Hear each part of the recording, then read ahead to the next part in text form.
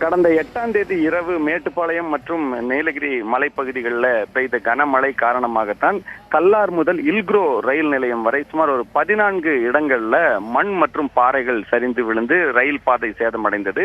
இதுல கிட்டத்தட்ட 10க்கும் மேற்பட்ட இடங்கள் சுத்தப்படுத்தி இருக்கிறார்கள். தொடர்ந்து ஒரு 4-5 இடங்கள்ல ஒரு பெரிய அளவிலான பாறை மற்றும் மண் இருந்த காரணத்தினால தொடர்ந்து அந்த சீரமைப்பு பணிகள் தொடர்ந்து நடைபெற்றுக் கொண்டிருந்தது. கடந்த 5 நாட்களாக இந்த பாதை பழுதடைந்திருந்த காரணத்தினால கடந்த 5 நாட்களாக ரயில் போக்குவரத்து ரத்து செய்யப்பட்டிருந்தது.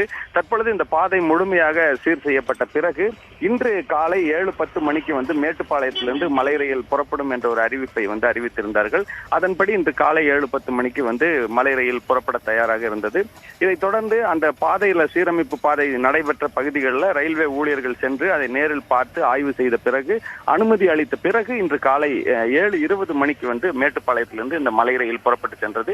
கிட்டத்தட்ட ஒரு 180க்கும் மேற்பட்ட பயணிகள் தற்பொழுது இன்றைக்கு காலையில இந்த மலை ரயில்ல பயணம் செய்திருக்கிறார்கள். கடந்த 5 நாட்களாக நிறுத்தப்பட்டிருந்த இந்த மலை ரயில் இன்று முதல் ஓட தொடங்கி இருப்பது மலை ரயிலில் பயணிக்கும் சுற்றுலா பயணிகளுக்கு ஒரு மகிழ்ச்சியை ஏற்படுத்தி இருக்கிறது.